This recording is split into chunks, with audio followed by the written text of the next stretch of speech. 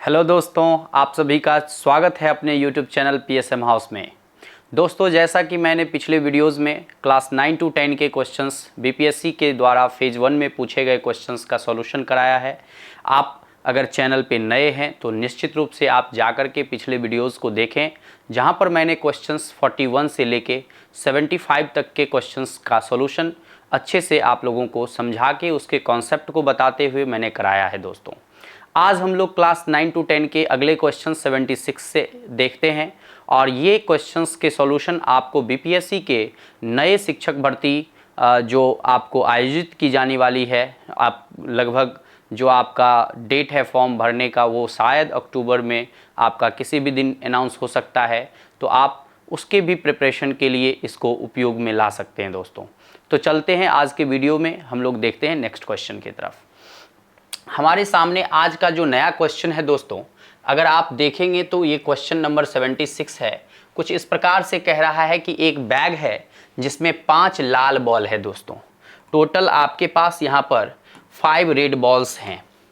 तो अगर आप रेड बॉल्स की संख्या देखें तो कुछ इस प्रकार से आपके सामने 1 2 3 4 5 रेड बॉल्स हैं और सम ब्लू बॉल्स, कुछ ब्लू बॉल्स हैं। दोस्तों, तो ब्लू बॉल्स जो हैं वो आपको संख्या यहाँ पर नहीं दी गई है। तो अगर आप ऐसा मान के चलते हैं कि ब्लू बॉल की संख्या कुछ इस प्रकार से है, ये हम लोग नहीं जानते हैं कि कितनी संख्या है, तो लेट कर लेते हैं कि ये संख्या यहाँ पे x है। दोस्तों, तो आगे आपसे ये क्वेश्चन कहता है कि if the probability of drawing a blue ball, अगर आप ब्लू बॉल निकालते हैं तो उसकी जो प्रायिकता है, मतलब प्रोबेबिलिटी है, the bag is 4 times that of the red ball. मतलब जो आप probability of event means blue ball निकालने का जो इवेंट है वो आपका कह रहा है probability of getting red ball का 4 times। मतलब कि अगर आप रेड बॉल निकालते हैं तो प्रोबेबिलिटी जो आपका ब्लू बॉल का है वो कह रहा है कि 4 गुना है रेड बॉल के प्रोबेबिलिटी से। तो ये 4 गुना हो जाएगा। दोस्तों, ऐसा आपको दिया हुआ है। अब आप जानते हैं, आगे पूछ रहा है कि then the number of blue balls in the bag. आप जानते हैं कि अगर प्रोबेबिलिटी ऑफ, अगर हम बात करें यहाँ पर प्रोबेबिलिटी ऑफ ब्लू बॉल की, तो प्रोबेबिलिटी ऑफ ब्लू बॉल हमारा x है और टोटल नंबर ऑफ बॉल हमारे पास x + 5 है। दोस्तों, तो x + 5 हमारा ये हो जाएगा probability of getting blue ball. Blue ball प्राप्त करने का जो प्रायिकता होगा दोस्तों, प्रोबेबिलिटी होगा, वो ब्लू बॉल की संख्या बटे टोटल संख्या जो है वो हो जाएगा। और अगर हम रेड बॉल की बात करें तो रेड बॉल हमारा कितना है, वो है हमारे पास टोटल यहाँ पे 5 दिए हुए हैं और यहाँ पर ये 5/x + 5 हो जाएगा। और अकॉर्डिंग टू क्वेश्चन अगर हम यहाँ पर पुट करें दोस्तों, तो यहाँ पे x/x + 5 ये बराबर हो जाएगा दोस्तों 5 × 5 सॉरी ये 4 है, ये वाला वैल्यू आपका 4 है। अगर हम यहाँ पे 4 times of getting red ball, यहाँ पे x + 5 हो जाएगा। दोस्तों, अगर हम इस x + 5 को दोनों तरफ देखें तो ये डिनोमिनेटर में है, ये भी डिनोमिनेटर में है, तो x का वैल्यू हो जाता है दोस्तों 20। यहाँ पे आप देख सकते हैं कि x की संख्या 20 निकल करके आ रही है। दोस्तों, ये आपका सॉल्यूशन है। ब्लू बॉल की संख्या आपके पास यहाँ पे टोटल 20 की संख्या में होगी। दोस्तों, तो आपका ऑप्शन नंबर C यहाँ पे करेक्ट आंसर हो जाएगा दोस्तों, जो कि आपका सही आंसर है। अब अगर हम बात करें अगले क्वेश्चन के बारे में, तो इस क्वेश्चन को समझने में उम्मीद है कि किसी भी प्रकार का आपको दिक्कत नहीं हुआ होगा। आगे हम लोग नेक्स्ट क्वेश्चन को भी देखते हैं। अगला क्वेश्चन है हमारा क्वेश्चन नंबर 77। देखते हैं कि 77 में किस सेक्शन से ये क्वेश्चन पूछा गया है। ये तो आप देख रहे थे कि 76 जो क्वेश्चन नंबर है वो आपका प्रोबेबिलिटी से पूछा गया है। दोस्तों, अब आपके स्क्रीन पे क्वेश्चन नंबर 77 यहाँ पर दिखाई दे रहा होगा।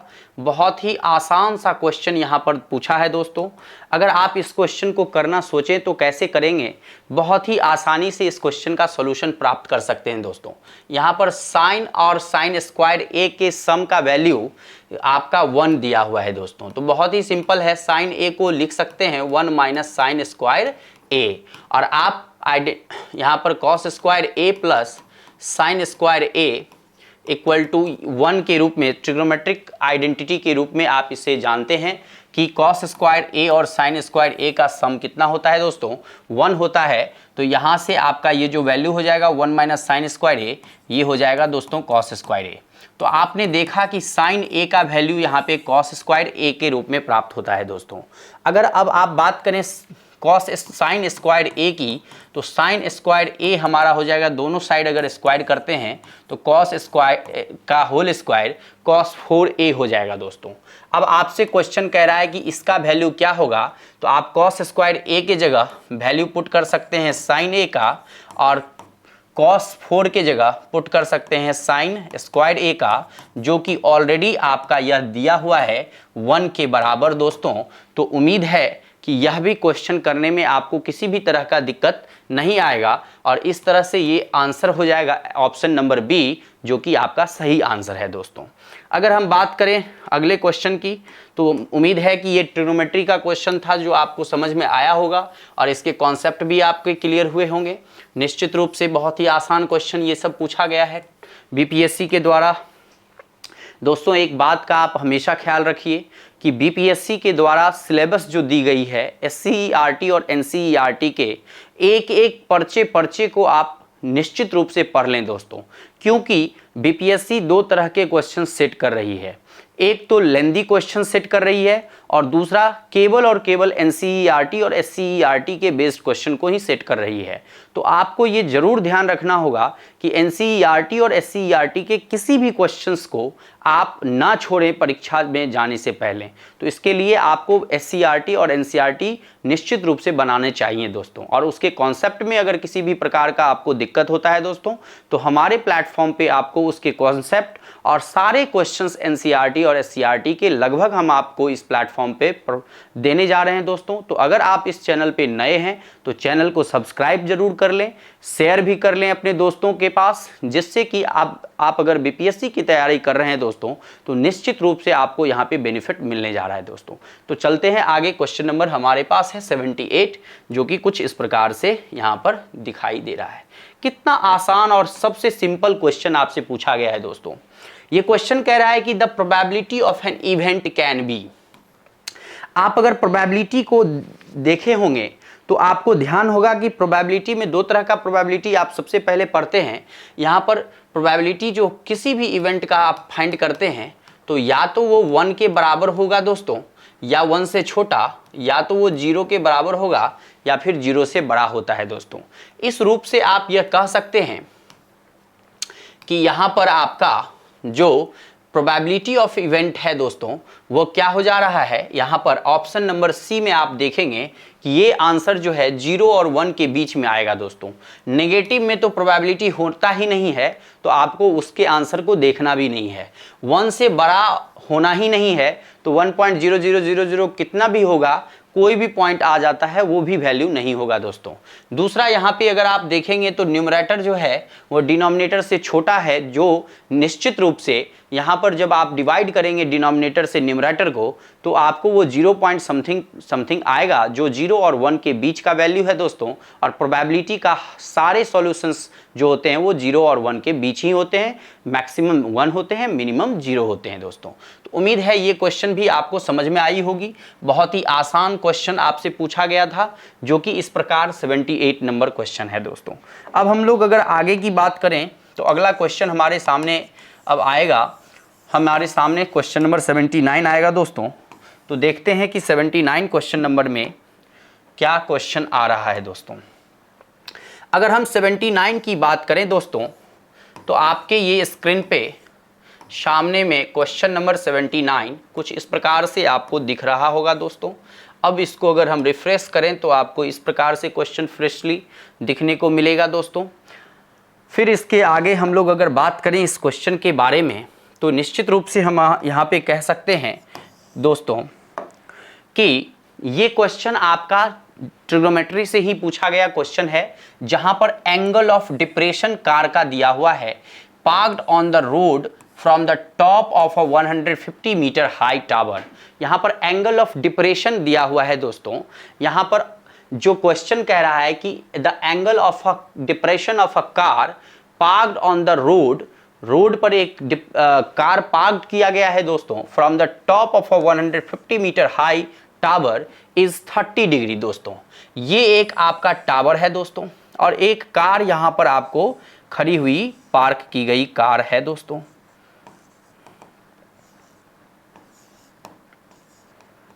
अब इस कार को आप देख रहे होंगे तो यहां पर एंगल ऑफ डिप्रेशन जो है दोस्तों, इस कार को जो देखा जा रहा है वह कुछ इस प्रकार से कार देखा जा रहा है। जब आप यहां पर एंगल ऑफ डिप्रेशन की बात करते हैं दोस्तों, तो ये एंगल जो है, ये एंगल 30 डिग्री के रूप में आपको बताया गया है दोस्तों। ये angle of depression, angle of elevation क्या होता है, आप जब आप ट्रिग्नोमेट्री के क्लासेस को करेंगे, हाइट एंड डिस्टेंस चैप्टर जब मैं पढ़ाऊंगा, तो वहाँ पर स्पष्ट रूप से मैं आपको बताऊंगा कि एंगल ऑफ एलिवेशन क्या होता है और एंगल ऑफ डिप्रेशन क्या होता है। जब कोई ऑब्जेक्ट को आप ऊपर से नीचे की ओर देखते हैं दोस्तों, तो वहाँ पर जो आपका हॉरिजॉन्टल लाइन के साथ जो आपका एंगल बनता है, वो एंगल जो है दोस्तों, वहाँ पर एंगल ऑफ डिप्रेशन होता है। और जहाँ पर आप नीचे से ऊपर की ओर किसी वस्तु को देखते हैं, तो वहाँ पर जो एंगल जो फॉर्मेशन होता है दोस्तों, बट हॉरिजॉन्टल लाइन के साथ, आपके ग्राउंड के साथ आपका देखने का जो लाइन ऑफ साइट है दोस्तों, उसके साथ जो एंगल बनता है उसको एंगल ऑफ एलिवेशन कहते हैं। तो वहाँ पर यहाँ पर हम लोग यह बात करने जा रहे हैं एंगल ऑफ डिप्रेशन की। तो जब ये 30 डिग्री होगा दोस्तों, तो ये भी हमारा 30 डिग्री ही होगा। किस नियम के तहत? तो ये हमारा एस जो लाइन है वह इस लाइन के पैरेलल है दोस्तों, और इसका हाइट कह रहा है कि 150 मीटर है दोस्तों। तो बहुत ही सिंपल सा बात है, आपसे पूछ रहा है कि the distance of the car from the tower, tower से इस कार की दूरी कितनी है दोस्तों। तो मान लेते हैं कि ये x मीटर की दूरी पर है, तो आप यहाँ पर एंगल लगा दीजिए।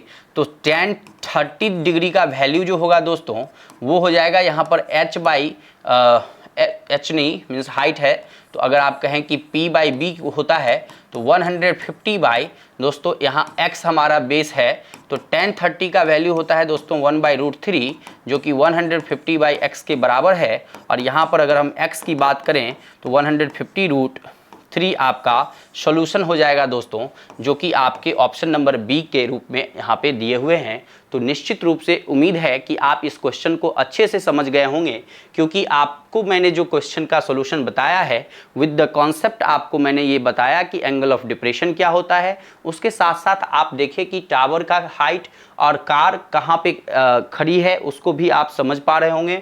यहाँ पे tan थीटा ही क्यों लगाए, क्योंकि यहाँ पर आपके पास जो दिया हुआ लेंथ है वो हाइट के रूप में 150 मीटर है दोस्तों, और बेस के रूप में x है, और p और b के बीच में जो रेशियो होता है दोस्तों, वो tan थीटा के ही अलोंग लिया जाता है, जिसके कारण हमने यहाँ tan थीटा लगाया दोस्तों।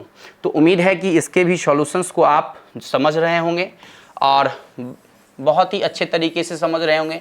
तो उम्मीद है हमें आपसे भी कि आप अगर इस चैनल को अभी तक सब्सक्राइब नहीं किए हैं दोस्तों, तो आप निश्चित रूप से इस चैनल को सब्सक्राइब कर लेंगे, क्योंकि आप यहाँ से आपको बहुत सारी सुविधाएं, आपको बहुत तरह के नॉलेज मैथमेटिक्स में आपको दी जा रही है और दी जाएंगी।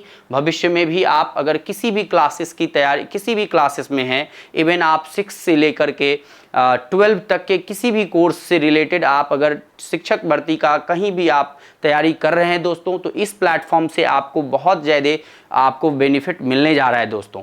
और भी जो बच्चे जो आप 11 और 12 में पढ़ रहे होंगे, उनकी भी प्रिपरेशन आपके बोर्ड एग्जामिनेशन की भी दोस्तों यहाँ पे कराई जाएंगी। तो फिलहाल हम लोग केवल बात करेंगे बीपीएससी के नए फेज का जो भर्ती होने जा रहा है दोस्तों, उस फेज में आप लोग सभी का सिलेक्शन हो, इसके लिए मैथमेटिक्स आपका बहुत ही तगड़ा होना चाहिए दोस्तों।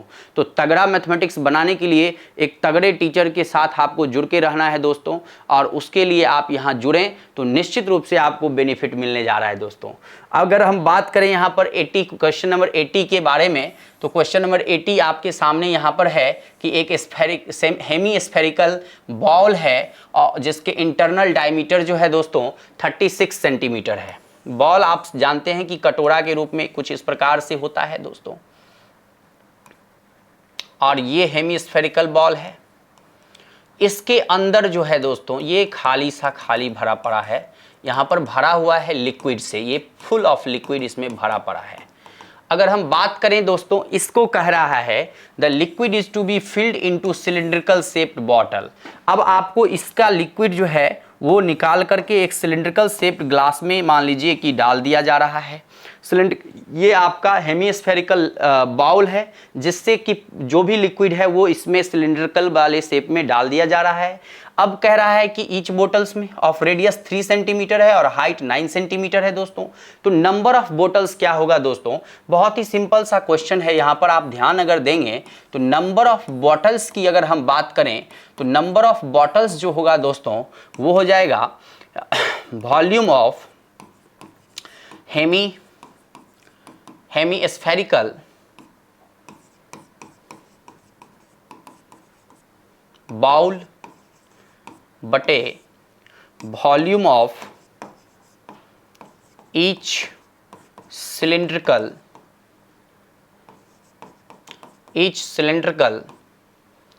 Shaped bottles. आपके जो बॉटल हैं दोस्तों वो आपके बॉटल्स जो हैं वो सिलिंड्रिकल शेप में हैं और स्फेरिकल शेप में आपका बाउल है। तो आप जानते हैं कि स्फेयर का जो वॉल्यूम होता है वो होता है 2/3 पाई आर क्यूब।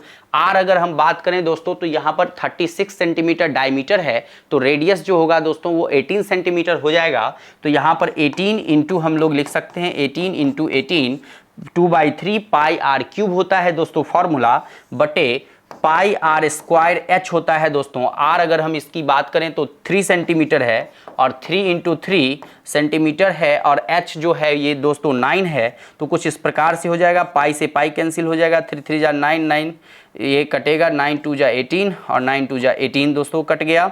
अगर हम यहाँ पे बात करें तो 3 से ये भी कटेगा, 3 6 जा 18। अब अगर आप के सामने बात करें कि क्या बचा तो देख रहे होंगे 2 2 जा 4 2 जा 8 6 जा 48 नंबर ऑफ बॉटल्स आपके सामने होंगे दोस्तों। ये आपका option number B is the correct answer है दोस्तों। इस क्वेश्चन का आंसर कुछ इस प्रकार से आप देख पा रहे होंगे कि क्वेश्चन नंबर 80 का ये आंसर बी हो जाएगा दोस्तों।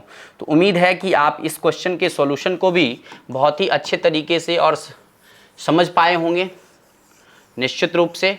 आगे अगर हम बात करें क्वेश्चन नंबर 81 की तो हम लोग 81 की तरफ बढ़ते हैं और आज का ये लास्ट क्वेश्चन होगा दोस्तों 81।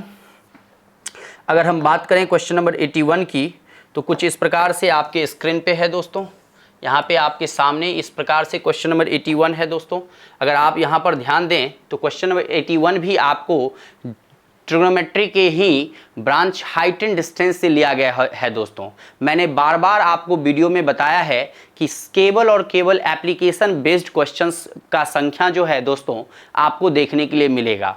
तो बहुत ही आसान क्वेश्चन है, ज़्यादा टफ नहीं है, तो इसलिए करना भी बहुत मुश्किल नहीं है। थोड़ा सा टाइम को बचाने के लिए प्रैक्टिस करना होगा दोस्तों। अगर हम यहाँ पे इस क्वेश्चन को देखें तो कहता है एक काइट है जो उड़ाया जा रहा है, जो हाइट है 30 मीटर दोस्तों।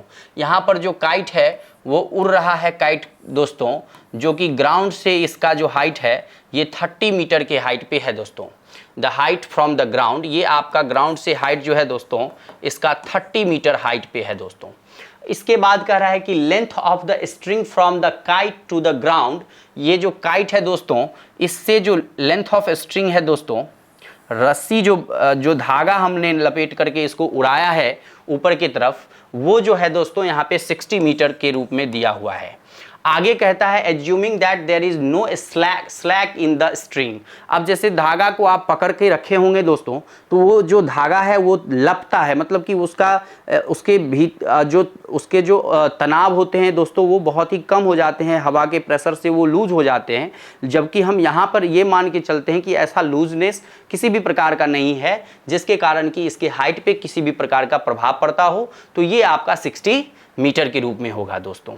The angle of elevation of the kite at the ground, तो आपसे ये एंगल ऑफ एलिवेशन दोस्तों यहाँ से आपका कितना बन रहा है काइट के लिए वो पूछा जा रहा है दोस्तों। तो बहुत ही सिंपल सा फॉर्मूला है, यहाँ पर आपको परपेंडिकुलर मीन्स P दिया हुआ है और H दिया हुआ है। तो यहाँ पे आप जानते हैं कि साइन थीटा लगाना होगा और साइन थीटा का वैल्यू P/H होगा दोस्तों, 30/60 होगा, जो कट के 1/2 हो जाएगा। और आपको पता है कि साइन का कौन से एंगल पे 1/2 वैल्यू होता है दोस्तों? तो साइन 30 डिग्री पे साइन का वैल्यू जो है दोस्तों वो हो जाता है 1/2। तो कितना आसान क्वेश्चन था दोस्तों। आपका आंसर हो जाएगा ऑप्शन नंबर सी। इस प्रकार से इस क्वेश्चन 81 का आंसर हो जाएगा ऑप्शन नंबर सी। आप कुछ इस प्रकार से देख सकते हैं दोस्तों।